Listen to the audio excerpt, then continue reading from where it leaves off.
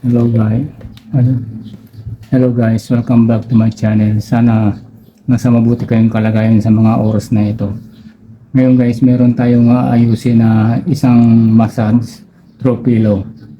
Bali, pinaayos ito sa akin ng isang senior citizen. Matagal na raw niya itong di nagagamit kasi bigla lang daw itong huminto. Ngayon, pag nakakaramdam daw siya ng halimbawa sakit sa batok o sa sa mga kaso-kasuhan, wala siyang magamit. Ngayon guys, tinignan ko tong massage through pillow na to. May kamahalan din pala to. Ito yung price niya, oh. Nasa 4,979. Halos kulang-kulang siyang 5,000. May kamahalan din pala to. Kaya sabi ko, sige, instead na bumili ka, try natin na maayos. Ngayon, titingnan ko kung anong posibleng sira nito guys. Kasi may kamahalan din pala itong to eh. Kaya pala gustong ipaayos nung senior citizen na babae. Ngayon, titingnan natin guys kung ano itsura nito.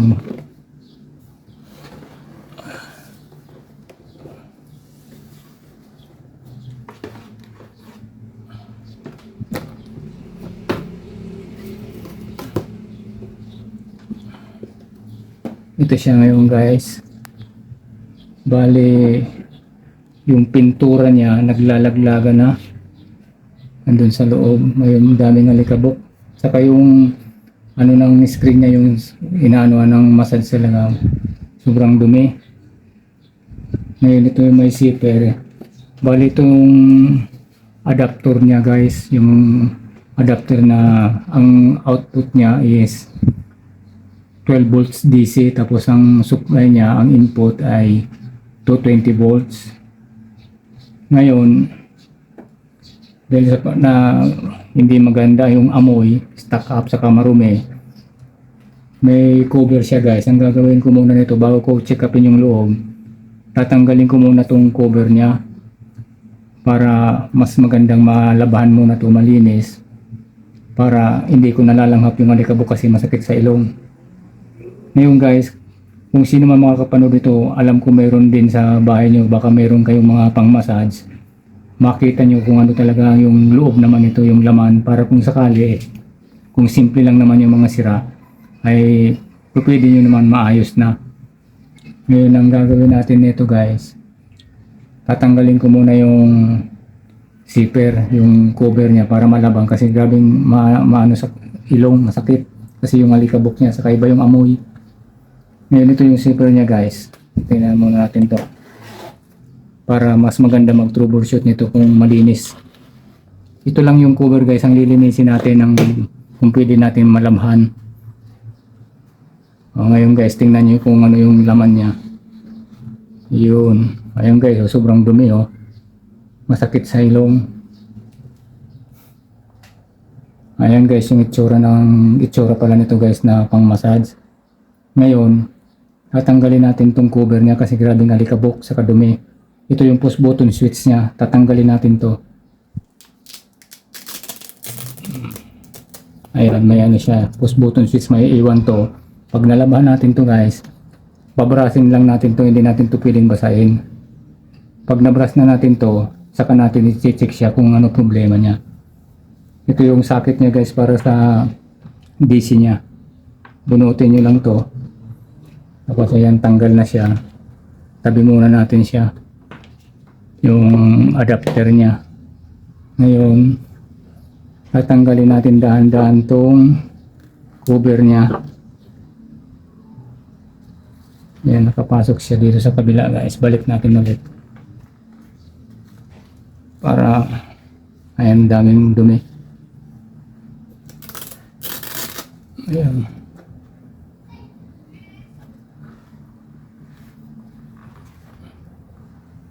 Ito yung cord niya, daan-daan lang tayo guys para matanggal natin yung cover. Ayan. Ayan yung mga pintura niya guys, nagtatanggalan. Kaya malaban natin siya. Ayan, ilusot lang natin siya dito. Ayan. Ayan, tanggal na siya guys. Ngayon, ibalik natin ito pag ganito ulit. para hindi malaglag yung mga dumi nito. Kasi ayun guys, ang daming alikabok na siya. Lalaban muna natin yung cover para malinis pag troubleshoot. Ayan, oh. Lalaglagan yung pintura. Pero ito guys, hindi natin to pwedeng laban kasi may mga andito yung mga electronic parts niya. Saka yung motor niya. Ito yung nagpapumping sa kanya. May motor siya dito. Tapos ito yung parang umiikot sa kanya. Mamaya titingnan natin to guys pag kung ano problema niya. Patatakbuhin natin kung paano siya naglalaro. Para makita niyo na rin kung sakaling mayroon kayo nito sa bahay niyo ay baka kaya nyo naman ayusin. Kasi may kamahalan pala to guys. Akala ko mura lang to eh. Halos 5,000. Ngayon lalaban ko muna to guys para malinis ang ano natin. Yung guys, yung cover niya ay linabhan ko na. Bali ito naman ngayon ang babrasan ko sa labas guys. Kasi nakikita nyo yung daming alikabok ko. Ngayon pag nalinis ko na to, pwede na natin siyang simulan na i-troubleshoot kung ano problema niya. Kasi kahit yung wala yung cover, pwede naman to natin maayos, matingnan kung ano problema niya. Pero kailangan malinis muna natin itong mga alikabok sa loob para hindi natin nalalanghap. Sa labas ko to guys, nilinisin kasi hindi po pwede dito sa loob ng bahay. Ngayon guys, sinaksak natin, kinuha natin yung resistant. Okay naman, pero nang sinaksak natin para paganahin natin, hindi siya gumana. Ngayon, titingnan natin yung output niya na DC 12 volts kung meron siya. Nakasaksak yung adapter niya ngayon. Kukunin natin sa socket niya yung supply niya kung meron siyang DC supply. Yung output niya. I-set natin siya sa DC. Ayan. Ngayon, itusok natin yung isang rod niya. Itusok natin sa gitna. Ayan. Tapos sa ground yung isa, yung negative. Ayan guys, meron siyang supply na 11 volts. Ayan, di ibig sabihin may supply tayo kaso ayaw tumawid dito sa ano niya. Posibleng may problema nito guys, itong ano niya. Itong post button switch, ito. Kasi sa katagalan, i-check natin ito ngayon.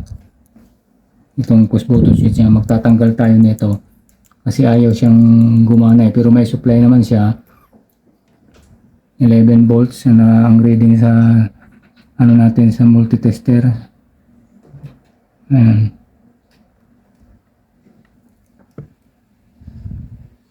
Ayan, 11 volts siya. DC yan guys, DC. Ibig sabihin, dito tayo ngayon magpupokus sa ano. Titingnan natin siya dito sa push button switch hanggang makapasok tayo sa loob kung saan ang problema niya.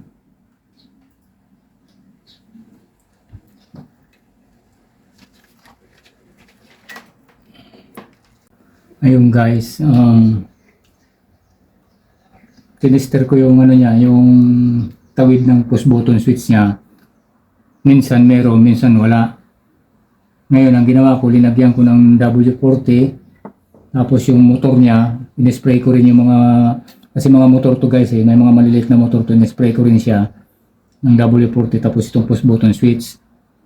Ngayon, itatry natin guys kung gumana na siya kasi yung push button switch niya okay naman eh.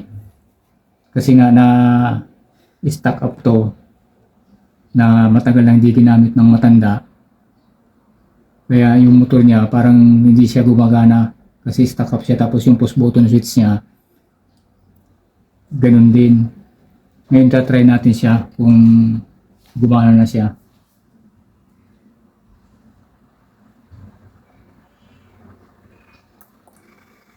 Yan guys. Ganito palang function naman nito.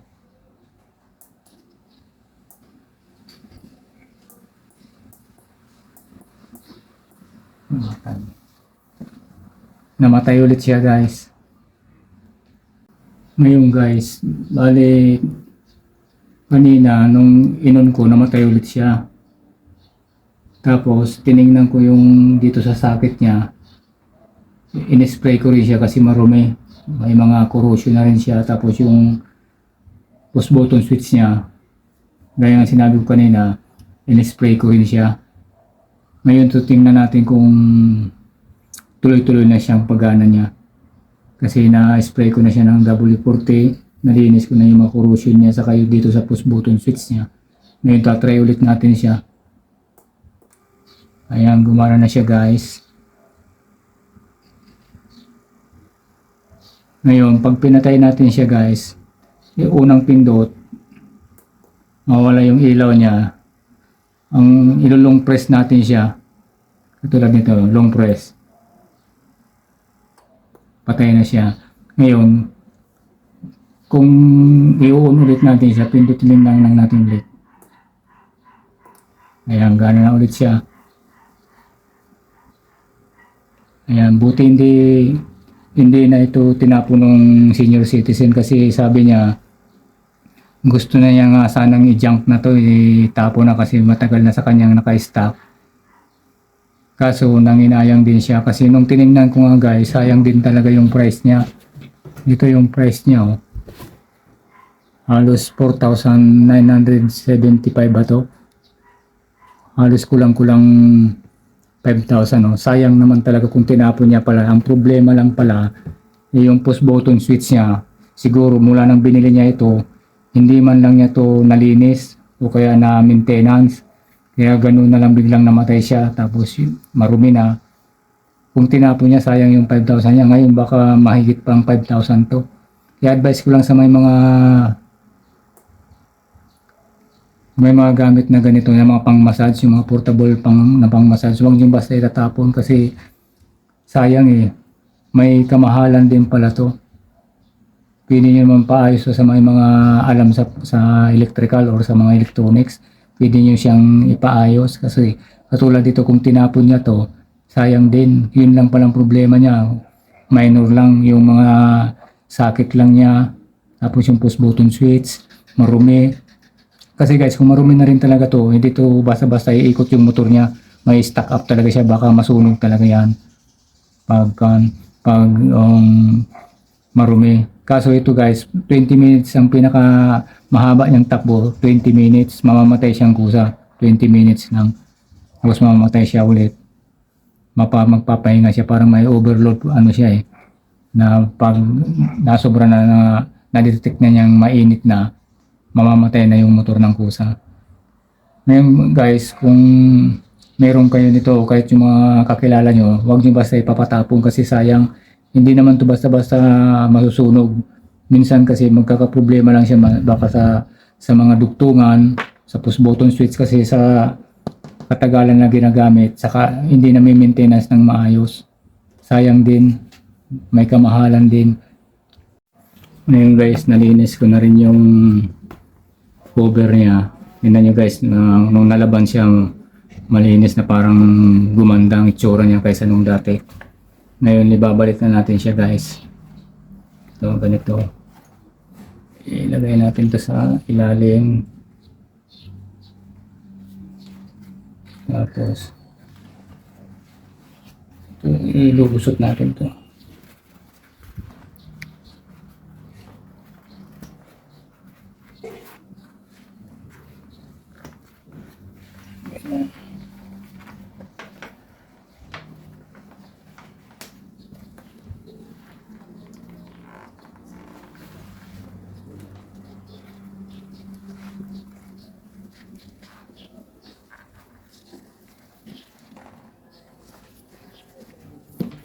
Tapos, yung sa switch niya guys, ito.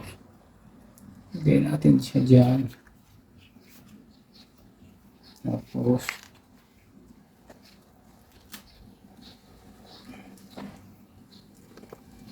yan. Tapos, ilagay, sisipir lang niya ito guys, dito.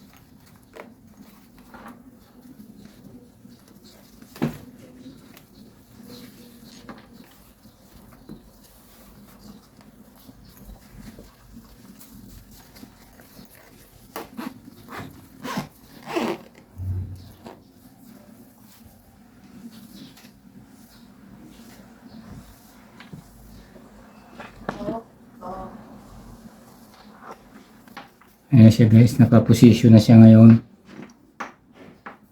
Bali, gawin natin ito dito.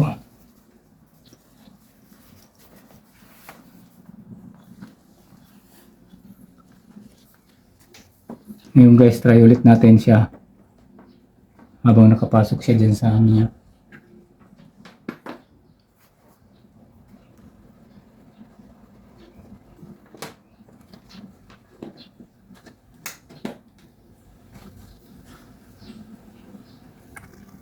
Ayan na guys. Humana na siya ngayon. Ayan o. Pwede na natin ito ngayon ibalik doon sa senior citizen para magamit na rin niya to kasi wala na raw siyang magamit pag masakit yung katawan niya. Pwede na natin itong ibalik sa kanya. Ayun guys, kung nagustuhan nyo itong konting ibinahagi ko sa inyo na idea, sana ay paki-like and share na lang para sa susunod natin ng mga video at para may kahit paano ay may maibigay ako sa inyo ng kaunting kaalaman.